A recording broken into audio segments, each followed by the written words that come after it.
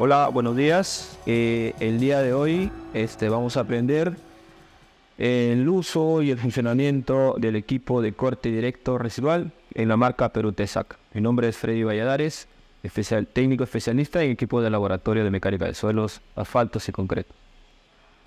Bien, vamos a empezar conociendo las partes del equipo. Este es un equipo, si se puede decir, categoría 2 de la modernidad. A diferencia de los otros equipos, usa carga neumática en vez de carga por peso muerto, ¿ya? Para eso el equipo necesita un compresor de aire, este pequeño aparatito suficiente con un tanque de 15 litros más o menos. Es pequeño, pero suficiente como para abastecer la necesidad de carga de aire para el equipo. Ya, lo que tenemos que conocer del, de- del compresor es que cuenta con una válvula de salida de aire, un mando eléctrico de aire, el cual nos va a permitir de manera automática suministrar aire hasta cierta cantidad de presión. El manómetro que nos va a indicar cuánto es la presión de aire que queremos de salida para el equipo.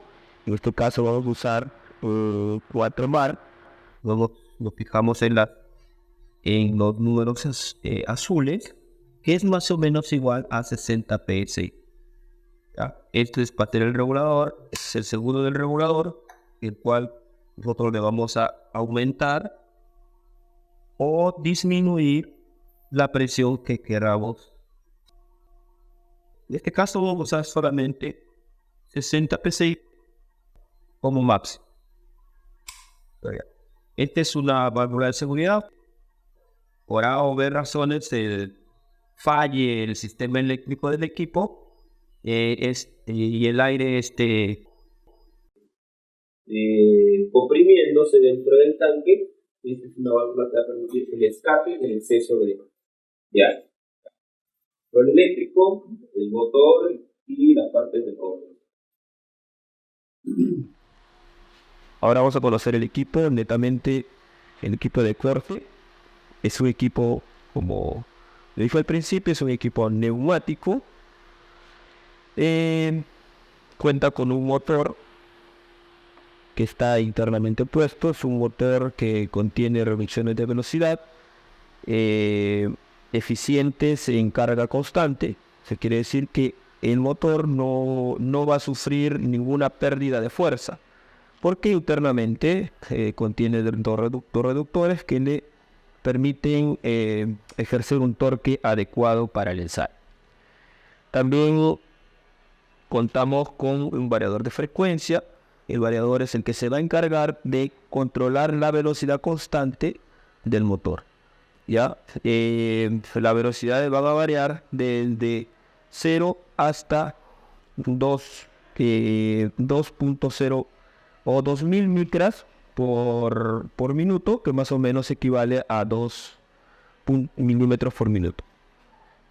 También tenemos un lector de carga. Este lector es el que se va a encargar de visualizar la carga al momento de hacer el ensayo. Su encendido y apagado está en el mismo botón, on-off y 0. Los demás funciones, pero se recomendaría siempre no usarlos porque lo utilizamos netamente para hacer calibraciones o verificaciones del estado del equipo. El encendido del equipo, que está basado en este botón rojo, al momento de presionar, vamos a ver que el equipo se va a apagar. ¿Ya? Tiene también un retardo por temas de seguridad electrónica. Tiene un pequeño retardo de encendido, como también un retardo de apagado. Vamos a girar y inmediatamente el equipo se va a prender, va a cargar. Lo primero que va a cargar es el variador electrónico, el que nos va a asegurar con estas dos pequeñas flechas la velocidad que nosotros querramos, y se va a visualizar en esta pequeña pantalla, pero en micras. Y para encender la pantalla de carga, vamos a presionar una sola vez el botón de on-off y con eso dejamos encendido la pantalla de carga. En este lado, en esta parte del equipo, vamos a ver dos botones click que están en posición horizontal. Uno es para iniciar el ensayo de corte y el otro es para, una vez que está finalizado el ensayo, retornarlo a su punto inicial de origen. Botón encendido, como ya les indiqué, y por este lado tiene la parte de control de consolidación o la carga de consolidación también de manera automática. Tiene una flecha que indica hacia arriba, el cual va a movilizar esta parte del brazo que nos va a permitir presionar la muestra o consolidar la muestra. Y la parte de arriba es cuando ya hayamos terminado de consolidar la muestra de haber hecho totalmente nuestro ensayo. Esta parte nos va a ayudar a despejar la muestra para poder retirar, ¿ya? La carga aplicada a la muestra se va a visualizar en esta pantalla, que es muy similar a la pantalla de carga, ¿no? Internamente tiene una celda de carga de 150 kilogramos que nos va a permitir visualizar cuánto es la carga que se está aplicando en la muestra del suelo. Igual también tenemos un botón de encendido y nos va a indicar la carga que nosotros vamos a ir regulando con este pequeño botón azul que va a girar hacia la derecha o hacia la izquierda. Te pueden fijarse en el botón, hay dos flechitas indicando más o menos, ¿no? Según la dirección de carga que nosotros queramos proporcionar. ¿Ya? En la parte física ya del equipo cuenta con una celda de corte, le vamos a llamar una celda de corte, en la cual va a estar colocada la muestra a ser probada. Indicarles también de que están enumeradas y posicionadas para facilitar al usuario en el uso y el manejo del equipo. Y se pueden visualizar, tiene dos pequeños hoyos o agujeros, los cuales me van a ayudar a que ingrese agua o que salga agua de acuerdo al tiempo de drenado o consolidación de la muestra, ¿sí? En estos pequeños hoyos siempre tienen que estar mirando hacia el motor al momento de ser armado. Tenemos dos diales de la marca Dasprap. Estos diales, según la norma, nos pide que sea de 0.01, ¿sí?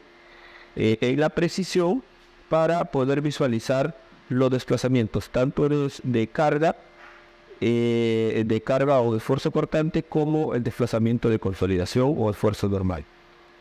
Son los diales adecuados, son analógicos. Su desplazamiento máximo llega hasta los 13 milímetros.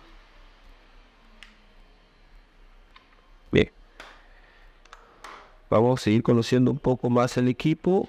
Este es un portadial. Este nos va a ayudar a portar uno de los diales que nos va a empezar a medir, nos va a ayudar a medir la carga de consolidación. Cuando ya no lo queremos usar, simplemente lo giramos y lo colocamos en una posición ya que no estorbe o que no permita que el equipo se dañe en el momento de volver a hacer fotoensayo. Tenemos también la caja de saturación, ¿ya? Esta caja es la caja móvil en la que se va a desplazar de manera horizontal al momento de hacer el ensayo de corte. Esta caja, aparte de tener las celdas de corte, también nos va a permitir que se llene totalmente de agua para que la muestra, al momento de ser saturada, ingrese agua por estos pequeños hoyitos que justo coinciden con unas piedras porosas que ya lo vamos a mostrar. ¿Ya? En la caja de saturación, no sé si la cámara me puede ayudar, en la parte de atrás tiene una válvula y tiene una manguera. Esto nos va a permitir que cuando ya no queramos el agua o saturar o limpiar el equipo, vamos a abrir la válvula y vamos a drenar el agua en en algún otro recipiente o directamente al desagüe, ya para no estar desarmando, sacando toda la caja. Esto nos va a ayudar en ese sentido. Cerramos la válvula para que el agua se mantenga o abrimos la válvula para retirar. También tenemos dos sensores. Estos son los sensores de máximo y mínimo, de origen y ensayo. Estos sensores lo que nos va a permitir es que cuidar el equipo en el caso de que por A o B razones falle el sistema eléctrico. Los sensores nos van a permitir que el equipo se detenga, se pare al momento de ser tocado, ¿no? Entonces, esto lo evita que el equipo sufra con el tiempo algún daño. Los sensores eléctricos que desenergizan el motor. Igual, al momento de retornar, este sensor eléctrico nos va a permitir poner el equipo en su posición inicial para otro ensayo. Este accesorio que está acá es un portadial. Este es el portadial que nos va a permitir colocar uno de los diales para medir el desplazamiento horizontal, ¿ya?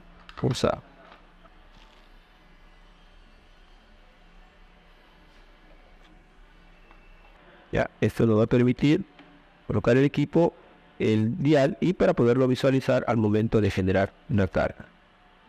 Ya le vamos a hacer una demostración de cómo ingresarlo en el momento en colocarlo de manera correcta en el momento de que vamos a hacer el ensayo.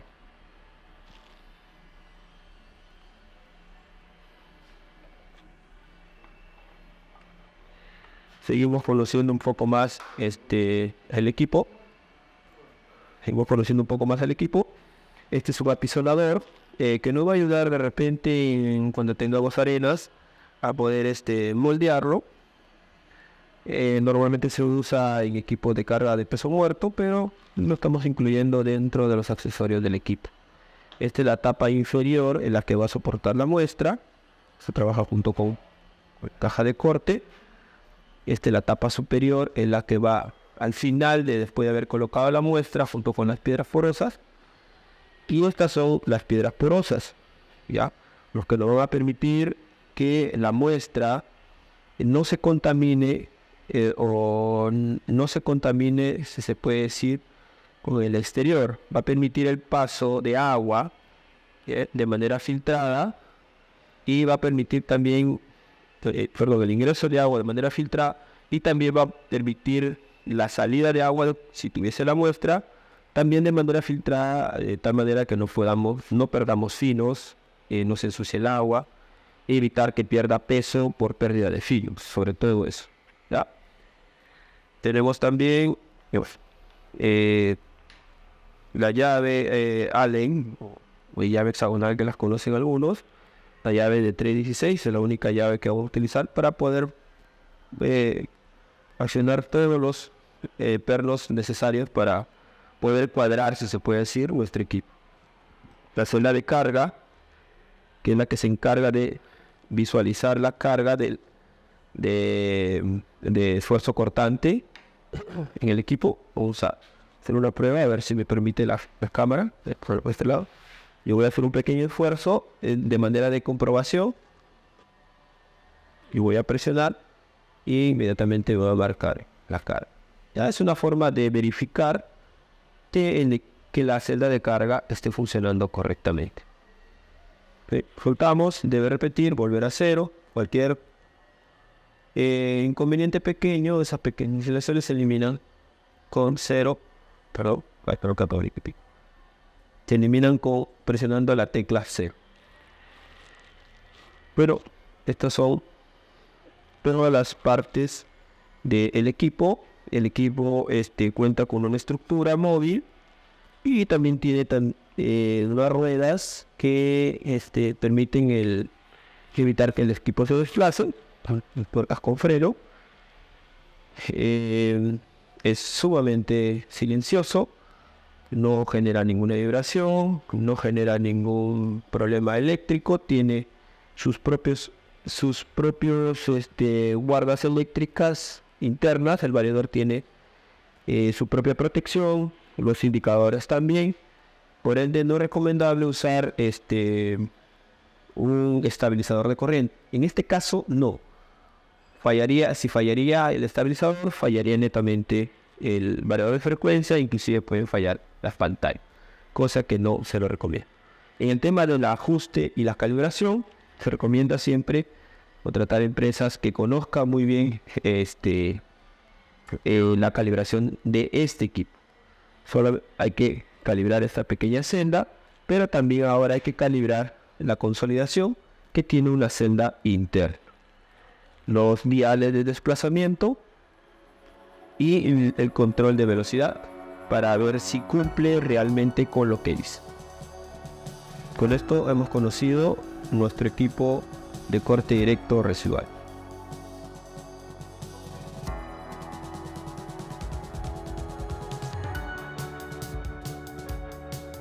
Muy bien, ahora como segunda etapa del ensayo de corte, vamos a dar una pequeña explicación sobre el ensayo en sí. ¿Para qué sirve? ¿En qué consiste? ¿Qué tipo de ensayo vamos a utilizar? Y para eso vamos a nombrar la norma ACTM de 3080, que va a ser nuestra base del ensayo. Cabe resaltar de que la explicación teórica que se les va a dar en este momento más o menos está en base a la norma y a experiencias en los ensayos que se ha tenido con otros laboratorios geotécnicos, universidades, etc. También voy a resaltar de que no todos tienen el mismo proceso de ensayo, pero, como les repito, me baso netamente en la norma ACTM de 3080. ¿Ok? Muy bien.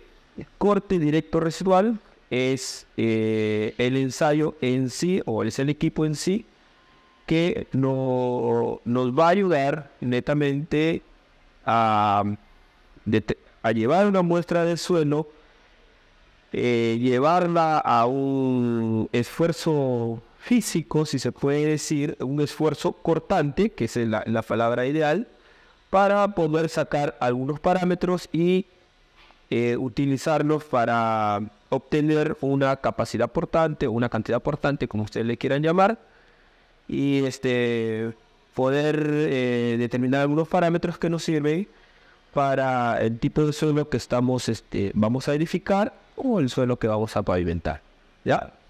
El corte directo residual es una máquina que, vamos a agarrar este término, va a hacer que por medio de una propiedad física del suelo la vamos a someter a un corte. Vamos a partir la muestra de manera horizontal, la cual nos va a brindar un esfuerzo.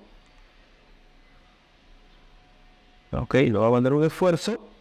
Y también vamos a visualizar un desplazamiento. Creo que el video no nos va a ayudar a un esfuerzo y un desplazamiento. Vamos a generar un esfuerzo cortante del suelo.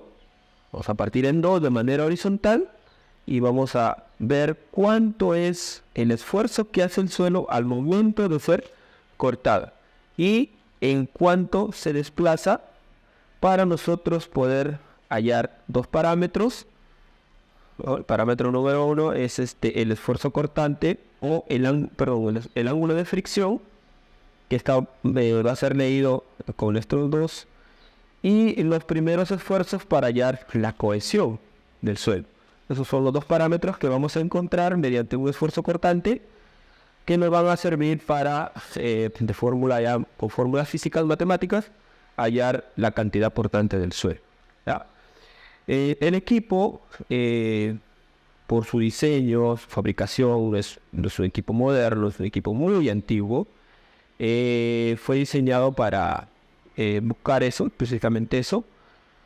Ahora la norma ha cambiado un poco. La norma busca ese tipo de ensayo para suelos, para determinar estabilidad de los taludes, ¿no? En taludes. Pero anteriormente se utilizaba en todo tipo de suelo. era el más cerca a encontrar esos parámetros, ¿no? El equipo más ideal, ¿ya? Para tener en cuenta que solo se aplicación, se va a aplicar a suelos pasantes por la malla 4. Malla número 4, ¿ya? ¿Qué significa eso? Que significa que vamos a hacer ensayos solo en suelos finos, considerados de arenas hacia abajo. ¿Ok?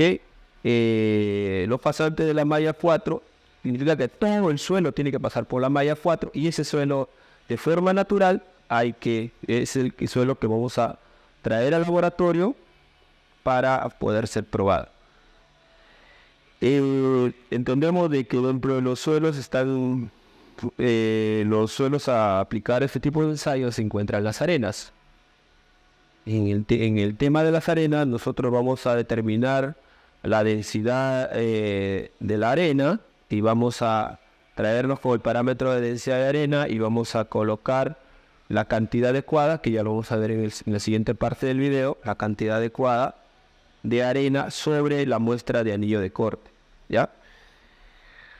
¿Qué tipo de ensayo podemos hacer? Bueno, podemos hacer 3 tipos de ensayo. De repente esta parte va a generar un poco de muchas preguntas con respecto a los ensayos. Podemos hacer 3 tipos de ensayos. Uno es el ensayo C1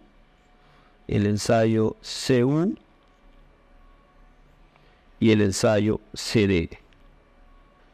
Por sus siglas iniciales en inglés, esto significa no consolidado,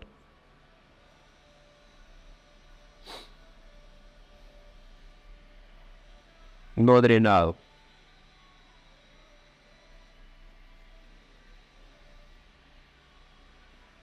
CU significa consolidado,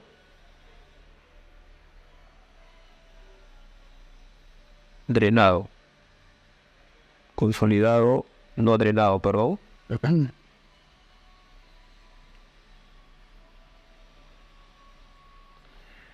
Y el último es consolidado,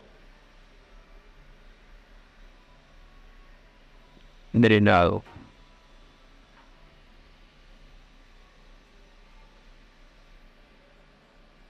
Te voy a explicar brevemente en qué momento usamos cada tipo de ensayo. ¿Ya? Vamos a explicarles primero el ensayo no consolidado, no drenado.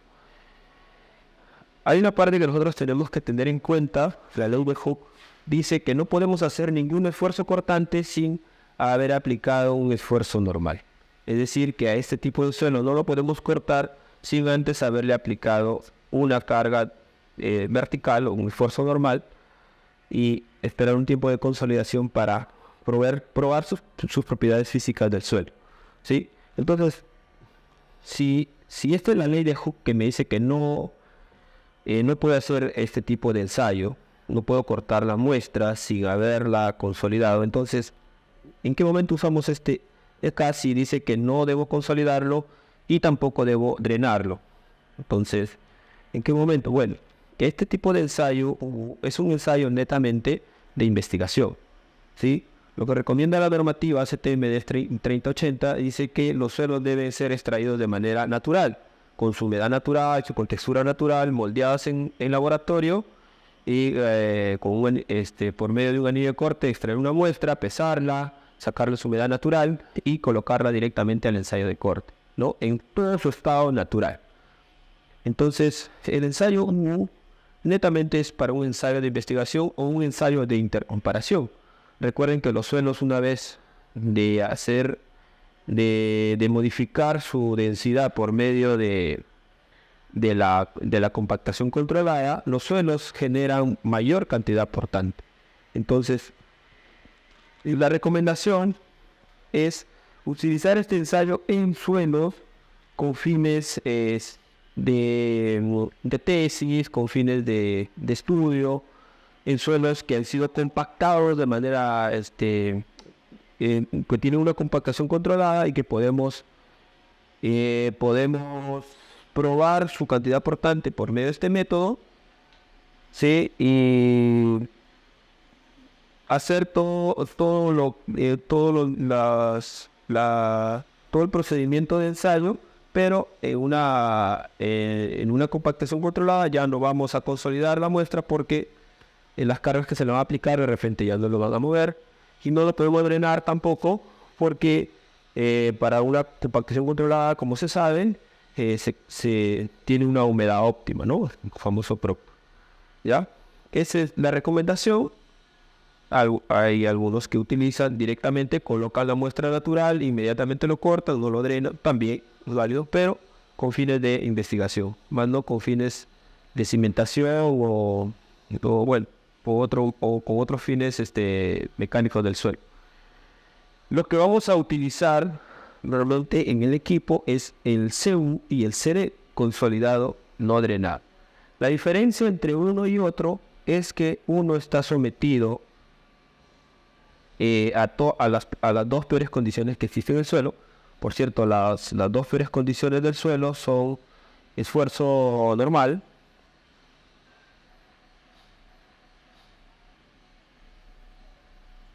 es el esfuerzo normal, o la carga vertical, y la otra peor condición del suelo es la humedad, ¿no?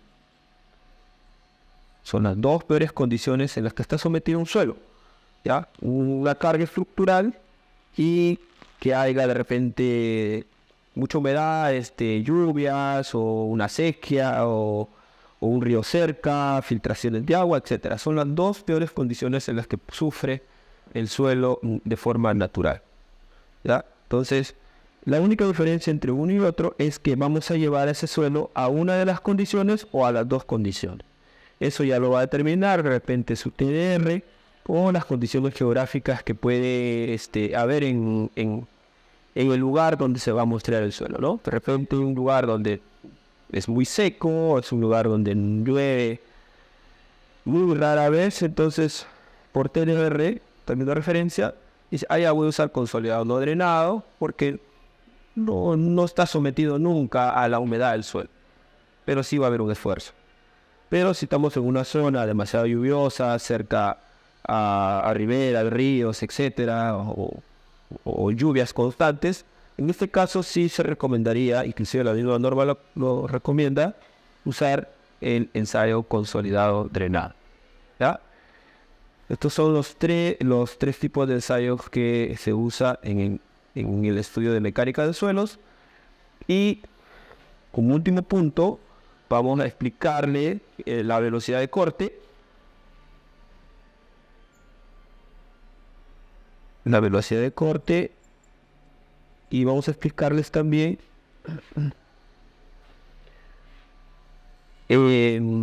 esfuerzos de consolidación. En los esfuerzos normales, ¿no? Los esfuerzos normales. Voy a explicar estos dos puntos rápidamente. ¿Ya? Como les explicaba en la parte de arriba, los esfuerzos normales, la norma me pide que yo haga 3 pruebas distintas con 3 esfuerzos distintos para poder hallar 3 curvas diferentes, para poder determinar una tangente, generar un ángulo de fricción, ¿ya? Y para eso, en los esfuerzos normales, yo voy a utilizar 3 cargas distintas. La norma no detalla, no explica sobre los esfuerzos que hay que aplicar. Pero normalmente se utiliza una carga, la mayoría de los geotécnicos utilizan cargas de 0.5 kilogramos sobre centímetro cuadrado. A la primera muestra, a la siguiente muestra le aplican 1 y a la siguiente muestra le aplican 2 o 1.5. Cabe resaltar que esto es solamente una recomendación, no es que esté escrito netamente en la norma.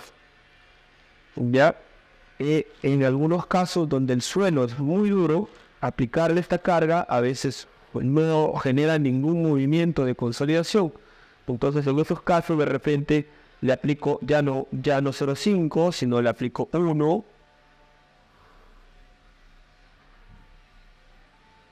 Le voy a aplicar 2 a la siguiente muestra y 4 a la siguiente muestra, ¿no?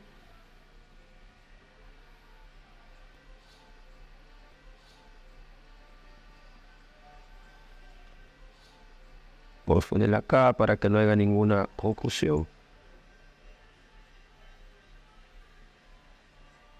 Ya, eso es cuando hay suelos muy duros, ¿no? Suelos muy densos. ¿Ya? Y acá con suelos sueltos.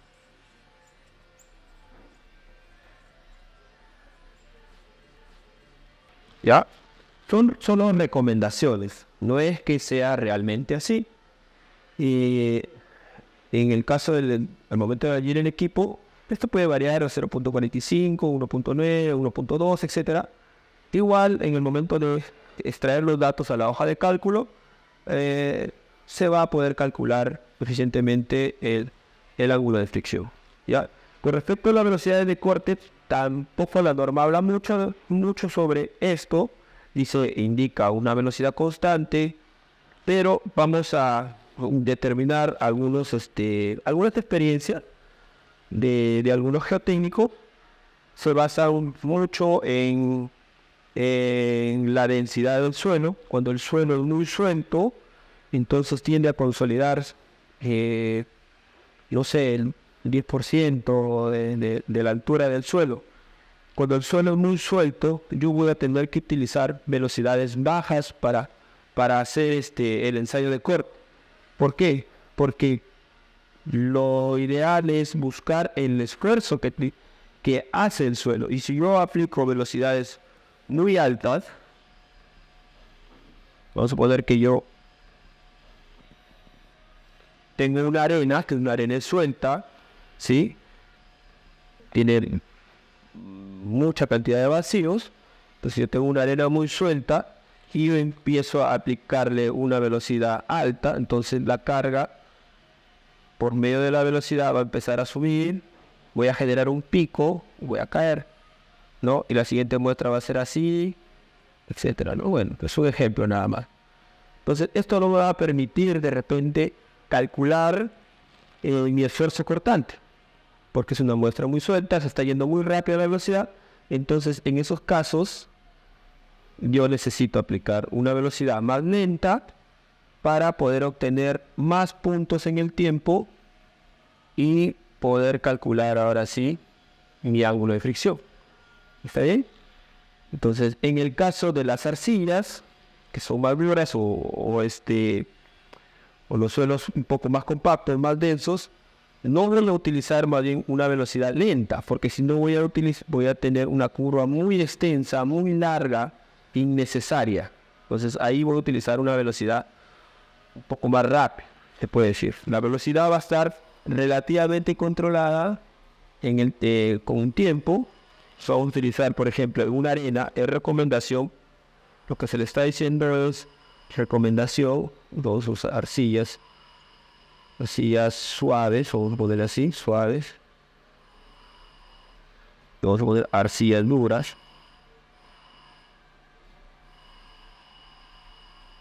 Ya.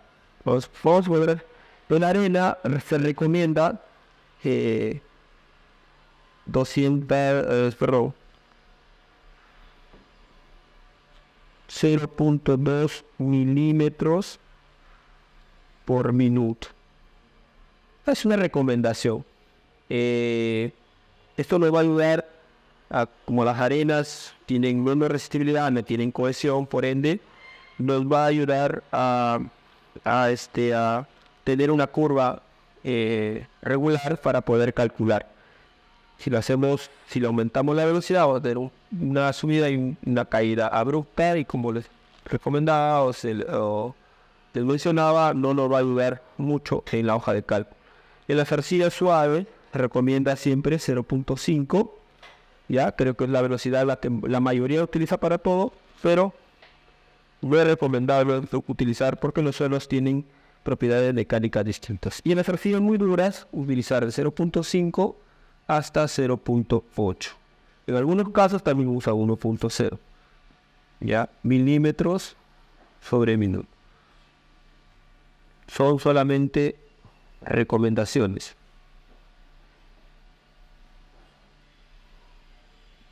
¿Ya? Esas son las recomendaciones que se da al momento de hacer el ensayo de corte directo.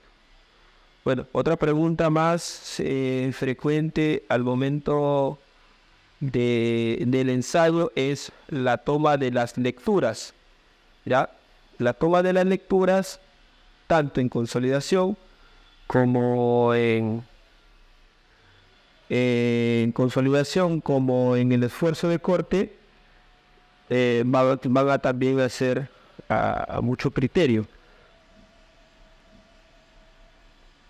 Ya, vamos a hacer que las tomas de las lecturas sean importantes. Fuerza de corte.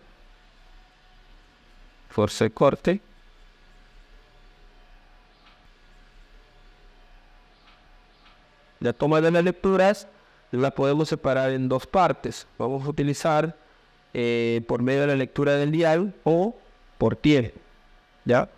El tema de la lectura del dial o en tiempo es importante el primer minuto para poder calcular nuestra corrección. Sobre todo en el caso de las arcillas. ¿Ya?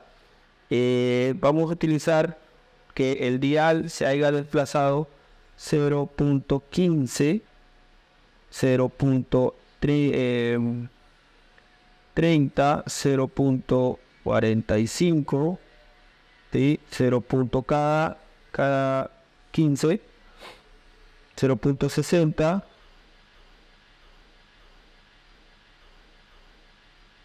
0.75 y lo saltamos hasta el primer milímetro. Vamos a tomar lectura. Este es viendo el método de desplazamiento y vamos a tomar lectura del esfuerzo, ¿no? Esfuerzo. Si lo quieren tomar ahora por tiempo, van a tener que hacer dos lecturas, ¿sí? Van a tomarle 15 segundos, 30 segundos, 45 segundos, 60, 90, 120, etcétera, ¿no? Pero acá ya vamos a tener que tomar dos lecturas. Si lo quieren hacer de manera con tiempo, vamos a tomar la lectura de desplazamiento y esfuerzo. ¿Ya? Esos son los cuadros que tendrían que llenar si lo tienen al tiempo como relativo. Ya ustedes, según su hoja de cálculo que tengan, ven dónde se les acomoda mejor, ¿no? Por desplazamiento, solamente anotaría el esfuerzo, o por tiempo, donde ya tendrían que tener un cronómetro para ir anotando las dos lecturas que le brinda, tanto el desplazamiento como el esfuerzo. ¿Ya? Para finalizar, me estaba olvidando de algo de comentarles, es el ensayo de corte. Cuenta con 3 etapas.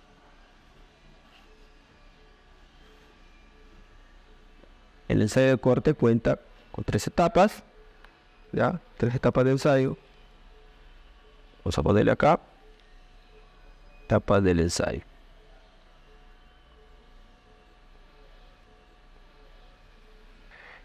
La etapa del ensayo, la primera etapa es la etapa de consolidación,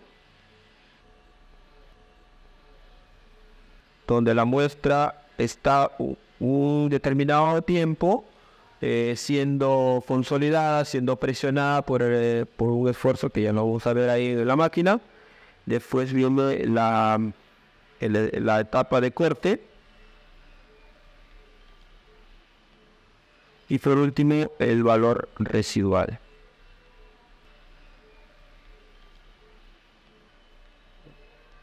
La etapa de consolidación, la muestra está sometida a un esfuerzo. Vamos a dejarlo por acá. La muestra está sometida a una carga X, según lo que nosotros hayamos determinado acá, y la muestra va a empezar a generar un cambio volumétrico, ¿no? Se va a empezar a desplazar, va a cambiar el volumen. Esta etapa es importante, no es calculable, pero sí es importante mencionarla y determinar también cuál es la velocidad, como les explicaba. A medida que más se consolida, utilizo una velocidad más lenta. ¿Por qué? Porque tengo muchos vacíos, pero si menos se consolida es porque la muestra es muy dura y necesito una velocidad más grande para poder tener una curva óptima para poder calcular. ¿Ya? Esta es una etapa, determina un tiempo X, puede durar 10 minutos, 8 minutos, 5 minutos, 30 segundos, 1 minuto, dependiendo de la soltura de la muestra. Esa es la primera etapa. Una vez que la primera etapa ha sido terminada, pasamos a la siguiente etapa, que es la etapa de corte, donde ya liberamos los fernos, que ya lo vamos a ver en la siguiente parte, y empezamos con el esfuerzo de corte. ¿Qué va a hacer el esfuerzo de corte? La muestra va a estar ahora sometida como indica, a un esfuerzo cortante. Un lado de la celda va a estar inmóvil y el otro lado de la celda va a empezar a desplazarse, ¿sí? Al final vamos a tener una muestra partida en dos partes, ¿no? ¿Okay? Esta etapa vamos a ir anotando desplazamiento y el esfuerzo. ¿Cuánto se desplazó? ¿Cuánto hizo esfuerzo? Esos parámetros nos van a ayudar para llevarlos a nuestra hoja de cálculo para poder calcular el ángulo de fricción. ¿Okay? Y también los primeros puntos para la cohesión. Esta es una etapa. Cuando el esfuerzo empieza a subir, va a haber un momento en que el indicador te dice, bueno, llegó a 10 kilos, 20 kilos, 30 kilos, etc. Podemos poner que llega a 50, un ejemplo, y de ahí va a caer. Va a caer el esfuerzo, ¿por qué? Porque la muestra ya no resiste más y se parte. Pero no va a caer a 0.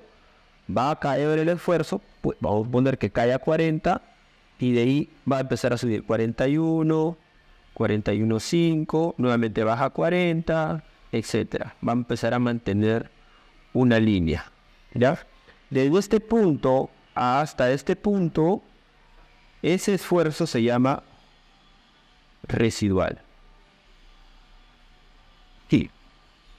¿Es importante este esfuerzo? Sí y no, pues algunos lo piden en el momento de hacer el ensayo, otros no, les interesa solamente el esfuerzo cortante, ¿ya? Algunos quieren este parámetro cuando estudian tipos de suelos sometidos a mucha frecuencia, no sé, a suelos que están en lugares altamente sísmicos. Entonces quieren ver más o menos que después del suelo de haberse desplazado internamente o no lo sé, si se vuelve a recuperar. Claro que se vuelve a recuperar y ellos quieren ver este valor de recuperación del suelo o el valor residual de esfuerzo constante. ¿Ya? Estas son las tres etapas. Hasta otra pregunta frecuente que también me hacen es ¿hasta cuánto debo desplazar el suelo con un máximo? Bueno, la norma indica, la norma CTM dice que podemos desplazarnos hasta el 20% del diámetro o el largo del suelo, ¿no? O el largo del suelo. En este caso vamos a ver que tenemos un equipo de corte con una muestra de diámetro de 6.1 milímetros. ¿Ya? Entonces, ¿cuánto más o menos, calculando 6 por 12, más o menos 12 milímetros es lo máximo que vamos a desplazar en nuestro equipo de corte directo? Otra pregunta con respecto al ensayo es la lectura de la consolidación. En la lectura de la consolidación también son muy importantes los primeros minutos. ¿Y en qué momento se determina que la consolidación ya está terminada? Se determina cuando tengo lecturas iguales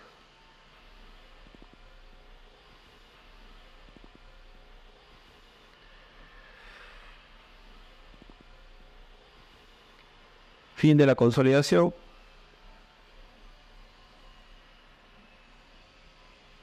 Finalizamos nuestra etapa de consolidación. Vamos a empezar a tomar lecturas. y en qué momento determino que ya, bueno, mi muestra ha sido consolidada, cuando tengo 3 lecturas iguales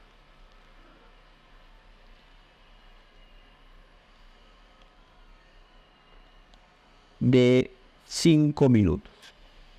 Eso quiere decir que si en 15 minutos el dial no se ha desplazado nada, entonces la etapa de consolidación ha finalizado. Esas son las preguntas más frecuentes que se hacen en la etapa de ensayo de corte directo. En la siguiente etapa del video vamos a colocar una muestra y vamos a reflejar todo lo que nosotros hemos visto en esta parte teórica.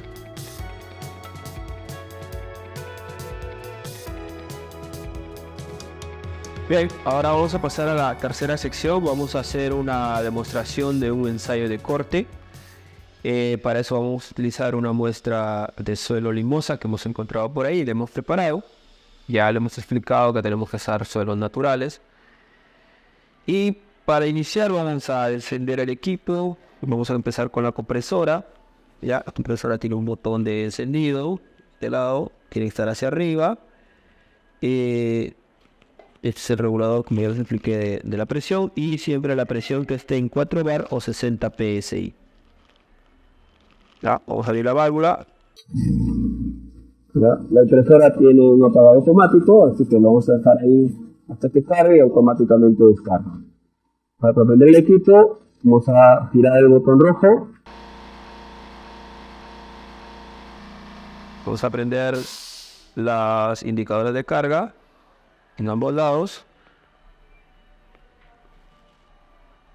Quitarle la presión y vamos a proceder a colocar nuestra muestra. Vamos a empezar con la primera etapa, que es la etapa de consolidación. Vamos a colocar la muestra. Vamos a colocar la tapa inferior. ¿No? Poner la piedra porosa.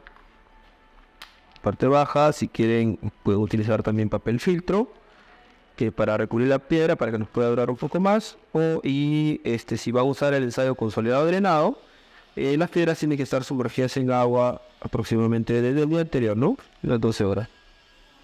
Ahora, como les indiqué, acá tiene un pequeño orificio. Este pequeño orificio tiene que estar mirando el lado del motor al momento de armar.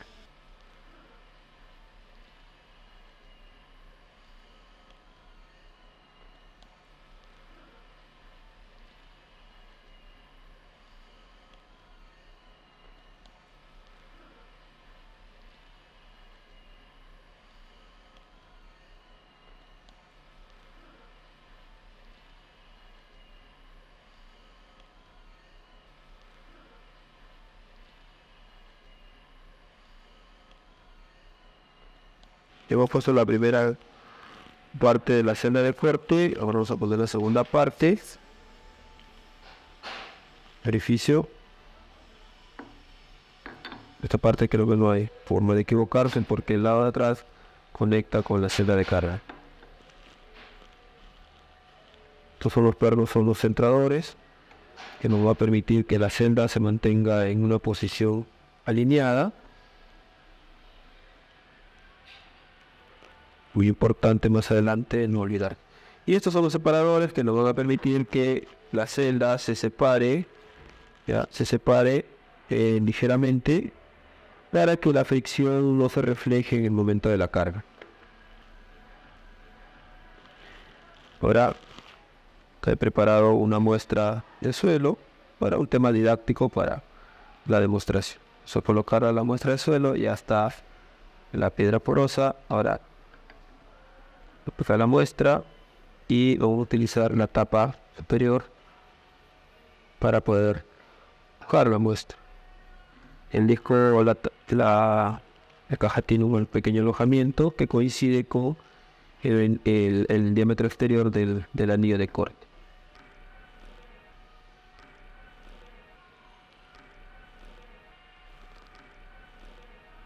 Tratar de no hacer mucha presión para no atrofiar la muestra. ¿Okay?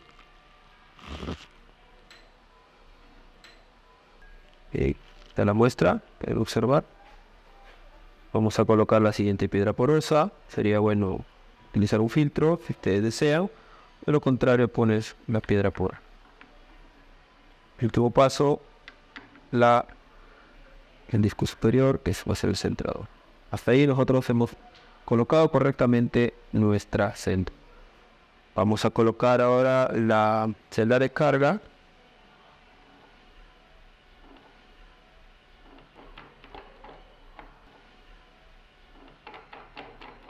Y vamos a ir apreciando que genera una pequeña carga mínima para que nos identifique de que la celda está bien puesta, ¿ya?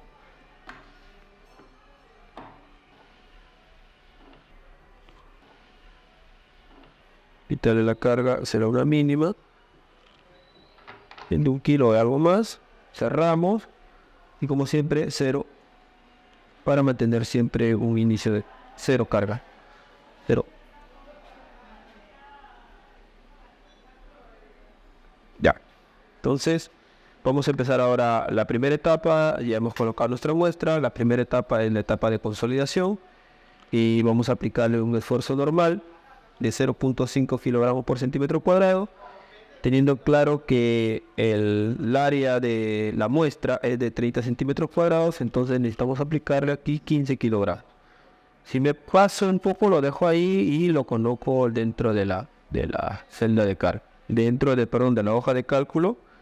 Ahí la hoja de cálculo ya se encarga de calcular de acuerdo al esfuerzo que nosotros hemos puesto. ¿Okay? Entonces, lo primero que tenemos que hacer es presionar el botón que va hacia abajo y el equipo va a darse cuenta que va a empezar a bajar lentamente. Va a empezar a bajar lentamente hasta tocar el punto central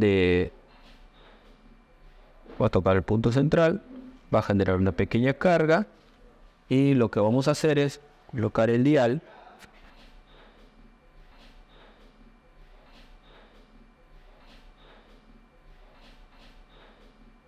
Vamos a correrlo un poco el dial porque va a empezar a marcar en negativo, pero ustedes van a tomar las lecturas en positivo. Corriéndolo, vamos a encenderlo. 0. Y vamos ahora a colocar la carga que yo necesito. En este caso voy a utilizar 15 kilogramos o aproximadamente para que me dé aproximadamente 0.5 kilogramos por centímetro cuadrado. Voy a empezar a darle carga. Ya había presionado el botón hacia abajo y voy a empezar a darle carga para que entre al pistón, entre la carga propiamente dicha. Bien, ahora vamos a pasar a la segunda etapa del ensayo de corte. Vamos a colocar el dial, que va a ayudar a medir el desplazamiento. Y al momento de colocar el dial, vamos a fijarnos que nos marque algo. Y pedirle que marcar algo para asegurar de que no quede en vacío y no desde el primer milímetro empiece a marcar, ¿ya? Ponemos 0. Ya hemos retirado lo más importante, que es retirar los pernos. Como se les comenté, si no retiramos estos pernos, lo más probable es que el equipo se dañe. Hemos también separado con estos pernos, en la puerta de vuelta hemos separado la caja de corte. ¿Okay? Y ahora vamos a parar la fuerza. Tara de fuerza, tara de desplazamiento y vamos a hacer que la celda empiece a desplazarse y formar el core. Para eso vamos a utilizar una velocidad de 500 micras, que viene a ser 0.5 milímetros por milímetro. Vamos a dar el botón de ensayo y vamos a empezar a subir hasta las 500 micras.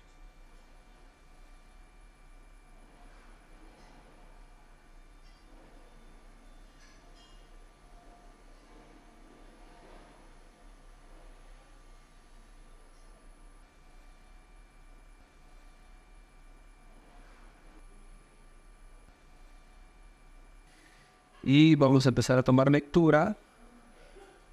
15 o 68. Vamos a anotarlo en nuestra pizarra o en nuestro formato.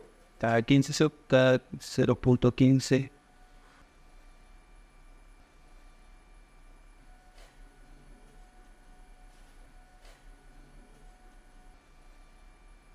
Este punto es 30, 4.16.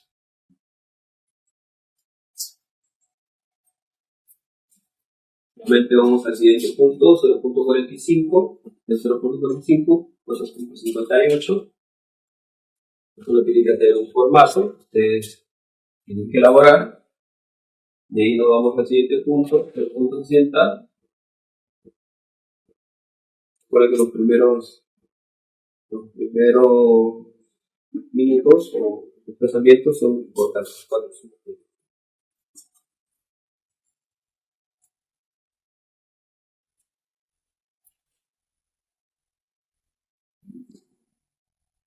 0.75, vamos a tomar lectura.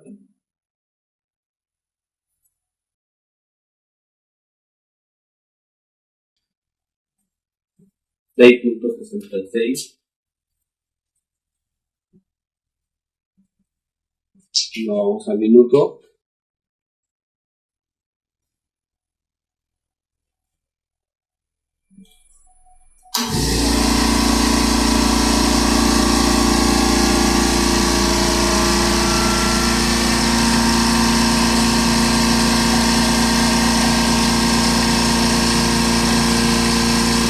Ya vamos a llegar al milímetro. Y 8.01 anotamos. Y así sucesivamente hasta que veamos de que el esfuerzo haya caído. ¿Ya? Vamos a notar de minuto en minuto o de milímetro en milímetro hasta que veamos que el esfuerzo haya caído o simplemente se mantenga de forma lineal. Como hemos podido apreciar, ya la carga se ha mantenido estable, ya ha habido una pequeña caída. Hemos llegado casi a los 8 milímetros. Entonces vamos a determinar de que el ensayo de corte, el esfuerzo cortante, ya ha culminado. Y desde ese punto para adelante hasta los 12 milímetros, 15 milímetros, podemos también seguir tomando lecturas para poder calcular el valor residual. La lectura de consolidación ya no nos interesa cómo se mueva, cómo vaya, porque es parte de la primera etapa. Ahora lo que nos queda ahora es pulsar el botón de parada y empezar a retirar nuestra muestra con mucho cuidado. Lo primero que tenemos que hacer es no olvidarse de que esto se va a levantar, que no haya nada que obstruya. Lo que tenemos que retirar el dial.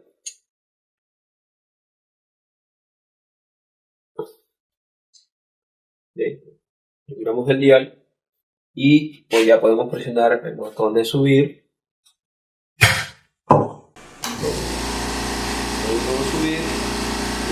Vamos a retirar la celda para poder retirar la celda de carga, para poder retirar la muestra que está dentro.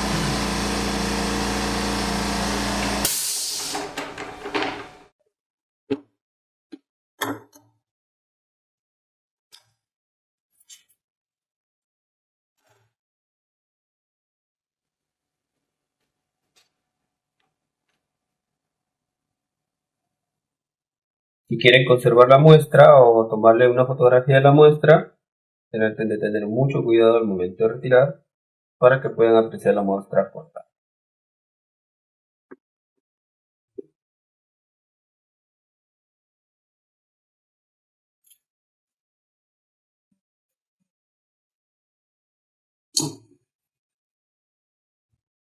Pueden apreciar la muestra se ha desplazado o cortado.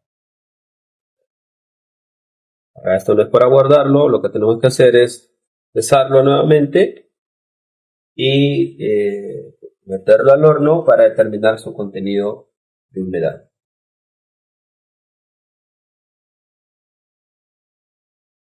Se recomienda retirar todo nuevamente,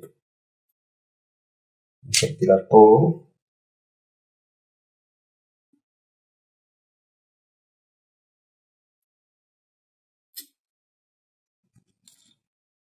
Para poderlo lavar, poderlo limpiar.